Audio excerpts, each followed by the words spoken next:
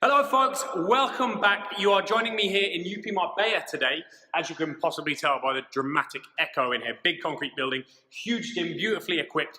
But today we are talking about a problem that seems to plague an awful lot of you. I get tons and tons of questions on social media, Instagram, Twitter, etc. with regards to how to stay on track when traveling. Now this can be a social holiday or it can be a business trip, but it can be challenging whenever you're out of your routine. So today, I'm going to talk about the factors that you need to take into account when going traveling, how to think on your feet when you're there, how to prepare in advance to make sure that you don't slip off your diet.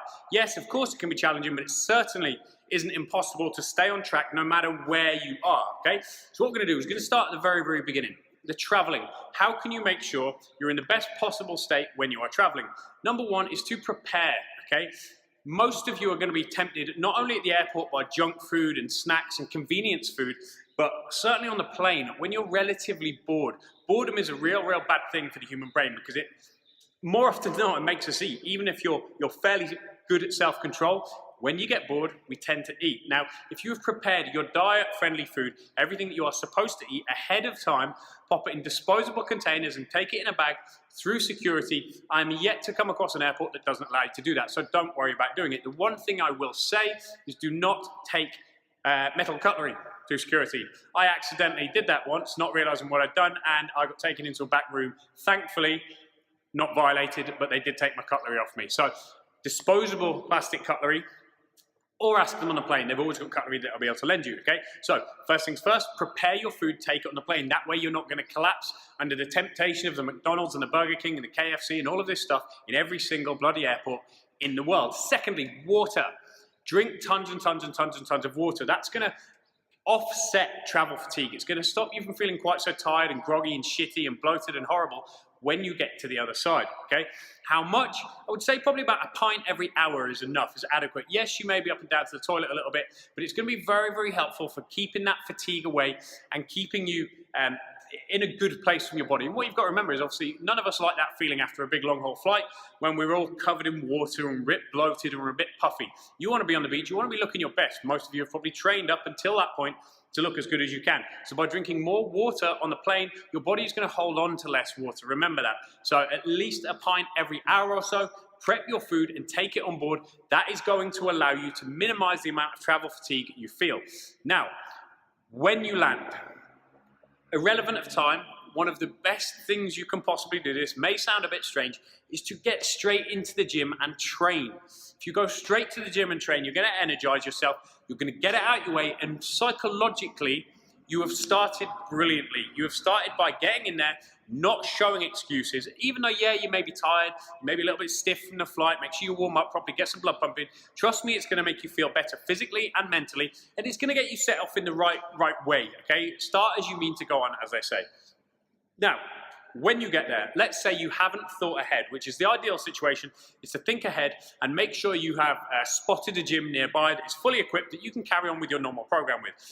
If not, if you are stuck with a hotel gym, more often than not, they have limited equipment. Now, don't get me wrong, especially in places like Dubai, I've been in some hotel gyms that are better than most gyms I've ever been in. But on the whole, your average hotel, your average resort, their gyms tend not to be quite good, or tend not to be that good. But one of 4 things every gym I've ever been into in my life has, okay? It's gonna be either or one of these 4 things. A cable machine, a dual adjustable pulley or cable machine, whether that's a wide one like the one I'm standing under or one of the smaller ones, okay? Almost every hotel gym I've ever been in has a cable machine because they're so versatile and they take up no space. If it doesn't have that, it will at the very least have a barbell.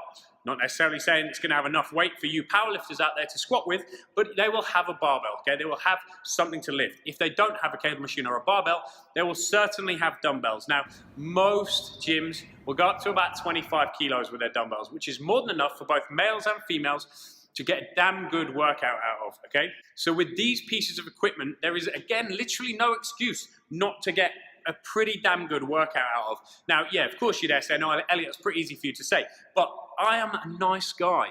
So what I'm gonna do is I'm gonna write the workouts for you. I'm gonna give you a bunch of sample workouts explaining how to use each one of these pieces of equipment in isolation to get an absolutely epic workout no matter where you are. So if you turn up at a gym and you've only got a cable machine, you log right in here and you watch the video that will be coming up soon, rest assured.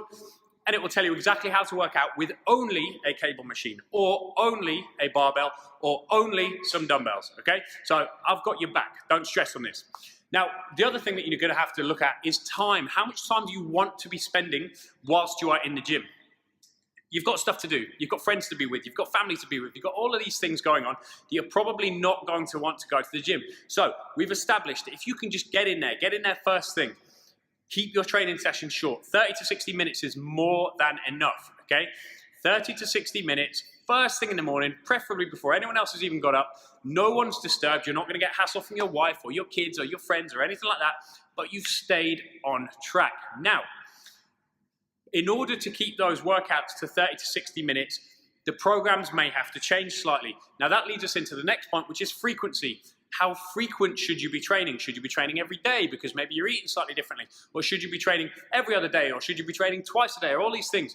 Now, again, when I put together these workouts, I'm going to tell you exactly how to do them and how frequently to do them. But what I would advise that if you're doing a workout 30 to 60 minutes long, so it's not taking up any of your day really, to train every other day. For most of you out there with standard recovery factors, standard genetics, okay, relatively standard diet, every other day is adequate. It's not going to eat into your holiday, it's not going to eat into your chill time, but it is going to allow you to stimulate muscle enough for growth. It's going to allow you to get enough metabolic cost, shall we say, for you to potentially burn fat while you are away, or at the very least, keep the wolf from the door. So frequency, I would train every other day for 30 to 60 minutes. Now, if we are training every other day with 30 to 60 minutes, we need to look at what exercises we are going to be doing and how much volume we do per session. Because if you're training every other day, you're not going to be wanting to do a vast amount of volume every single session. Now, let's say for most people, for most muscle groups, 90 to 120 reps per week for, let's say, a hypertrophy / fat loss goal is about adequate. It's enough stimulus if you're training nice and heavy, but it also allows for enough recovery.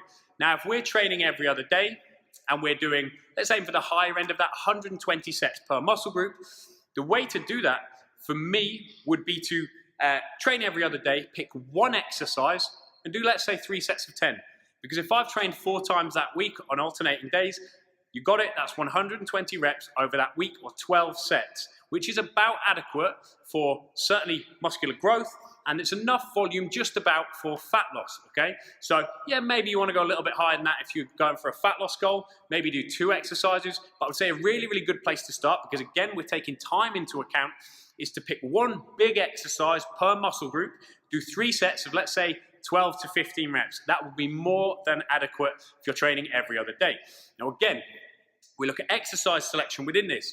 You're going to want big bang for your buck movements, okay? Because the chances are your diet is going to be different. When you're at home, when you're in the office, when you're doing your normal day-to-day job and you're conscious of everything, you're conscious of aiming for your transformation, or at the very least, trying to progress and not get out of shape, you're probably going to be cleaner on your diet. You're probably not going to have a few cocktails on the beach. You're probably not going to be adding desserts like you are on holiday, okay? So these things again need to be taken into account. If you're going into the gym on a traditional kind of body part split, a leg day, a back day, a chest day, there are going to be some days when you're simply not burning many calories, irrelevant of whether you train or not. Okay, you go into a gym and let's say you train your arms, you're probably burning about 100, 150 calories in an hour. Not much at all, is it? Whereas if you go in and train your full body, that same hour is likely to equate to 500 to 700 calories if you train really, really intensely, okay? Therefore, the better choice when you are A, strapped for time, but B, your dietary compliance is possibly a little bit lower, is bigger bang for your buck exercises, therefore bigger bang for your buck workouts, short periods of time, full body going in hard. Again, I will show you how to do this in the training videos that I put up on this particular subject and the programs that I put together for you to download for free. Now, finally, we're going to look at your injuries and ability. The most common go-to for most people is HIIT. When you're out of routine or you have limited equipment or something like that, it's doing something like, you know, the Body Coach, or it's doing something like Insanity, or, you know the sort of thing I'm thinking of. This stuff is great in theory, okay? The problem with it is its application, the education given to people who do it, and the application of that. Why? Because high-intensity interval training is very, very aggressive. Very aggressive. It's all jumping, bouncing, repetitive movements. Now, these can be very, very, very dangerous, and no consideration is taken by anyone who prescribes them, especially commercially, especially in the media. No consideration is taken by anybody to say, are you really ready for this? Are your joints ready for this? If you're 120 kilos overweight, you're inflamed, your joints absolutely are not ready for you to be bouncing around a concrete floor in your living room, okay?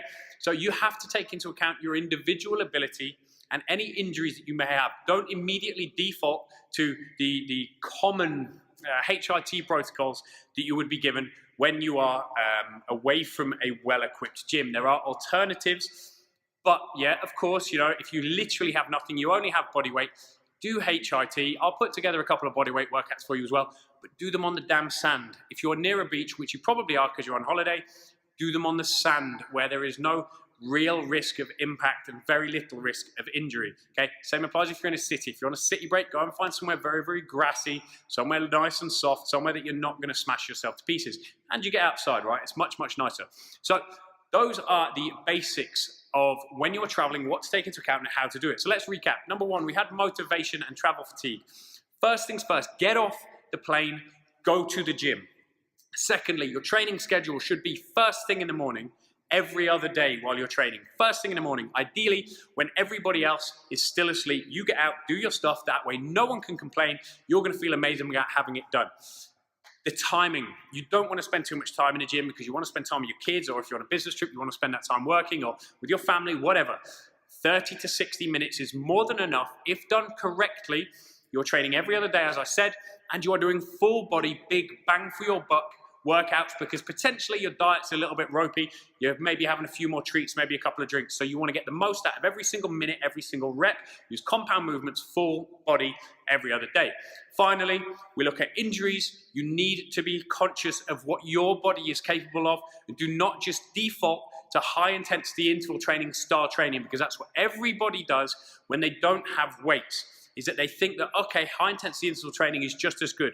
High intensity interval training, it serves a purpose. However, it's massively overused and dangerously overused, okay? So stay tuned. I will be putting up videos of workouts on a cable machine only, with a barbell only, a dumbbell only. I will also get them in a format where you can just download them when you need them at some point. So hit subscribe on my YouTube channel. Go over to @UPFitnessLive on Instagram and follow theirs. If you are not already following them on YouTube, Instagram, and Facebook, make sure you do very, very soon, because there's lots more of this kind of stuff coming up. If you found it useful, do please comment below, like, share, tell your friends, make ssure everybody gets a piece of this. Until then, from me and UP Marbella, bye-bye.